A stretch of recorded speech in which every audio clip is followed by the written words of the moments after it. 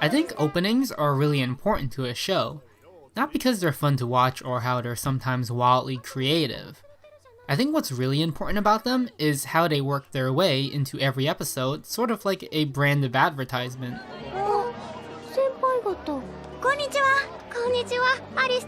This doesn't always mean to include something really creative or original though. The show Parks and Rec has an opening title sequence that alone feels really bland. But to fans of the show, it's memorable, because it structures the opening into each episode like this. April, I need to keep my work separate, okay? Just think of it like a fun game.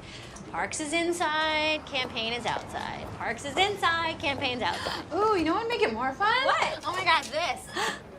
By cutting after a joke every time, the audience is already laughing when they see the title, even if the sequence looks literally no better than a basic PowerPoint presentation. You would think this sort of insert is normal, but even in the best comedy anime, the opening sequence instead tends to cut in after a cliffhanger. For Parks and Rec, even if there is a cliffhanger, something cartoony is tossed in between. Tom and Wendy? Popcorn!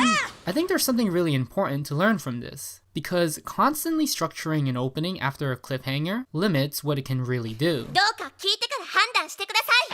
And it's the moments where they work their way into the story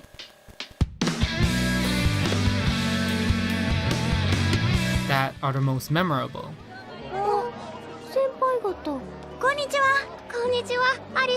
This is where I think Aria does something really interesting. It opens every episode with different aerial footage of its world.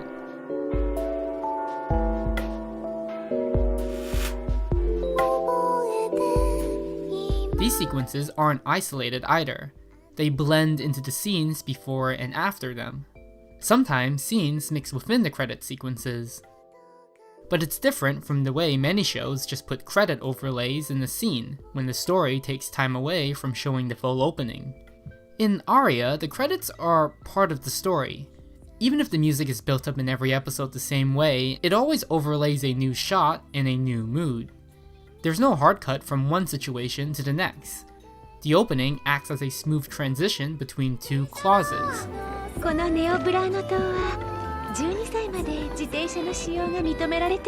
It's one of the major elements that makes Aria unique.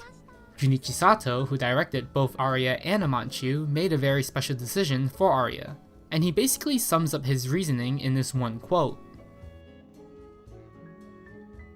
Aria is built around these foundations. From emotional climaxes to more sedated scenes, there is almost always music playing in the background, as if you're hearing the city's heart beating in a rhythm that constantly parallels the feelings of the characters. Because for Aria, it's not so much characters influencing others that create drama. It's the city that directs the characters into a specific emotion, as they witness something new about their world.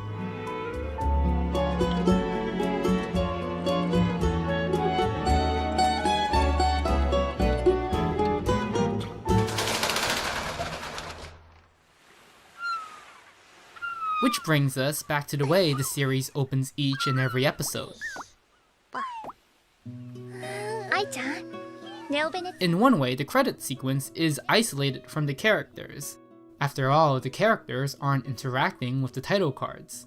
But the credits do interact with the world and the feel of it, because what Sato is trying to do is move the audience by giving them the same opportunity to purely experience the setting and its music, like the characters do.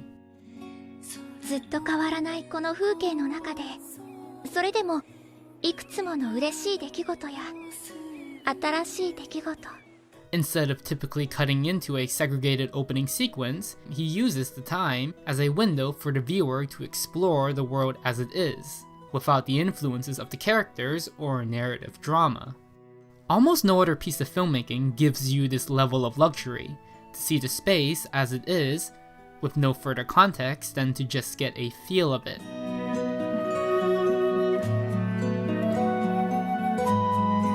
With Sato offering a transparent lens of Neo Venezia, the audience quickly comes to fall in love with this made-up city. Its sharp contrasts of white and blues evoking an image of heaven. And it's more than just bringing a city to life, or having it as another character. It's evidence to the audience that the characters can easily be moved by the world around them. Because Aria isn't just trying to tell you its world is beautiful. It's telling you that wherever in the world you are, that place helped shape you as a person.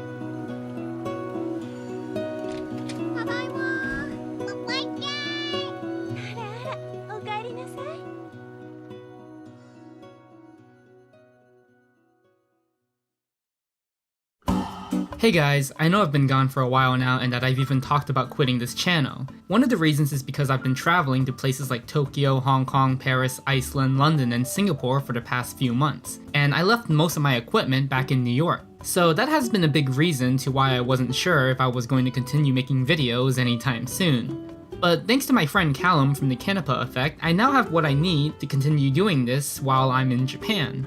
One major thing that I do want to mention is an app that I've been using through my travels. I'm always on the go, and it looks like I'll even be stationed in either South Korea or Thailand this summer. Since I don't stay in these places for too long, it's hard for me to take the time and learn the languages of these countries. And that's where HiNative comes in. It's a community that supports more than 110 languages and is available on any smartphone or desktop browser. What's great about this is that you don't have to go through mundane lessons and learn phrases you're probably never going to use. Because HiNative is set around you asking questions about a target language, and having native speakers of that language help you out. These questions can range from anything such as asking for a definition of a term, to even recording yourself and asking for feedback on pronunciation. It's an app that has really helped me out in Espanol, Francais, Nihongo, and Guangdonghua when I needed to, order food and not die. HiNative is free to use, but does offer a monthly subscription for additional features, and it's easy to sign up for via email, Twitter, or Facebook. I highly recommend it as an extra resource to learn whatever your target language is, and I think what you'll learn from this app will probably end up being more useful than anything from most textbooks. So with all that, このビデオを見ていただきありがとうございます。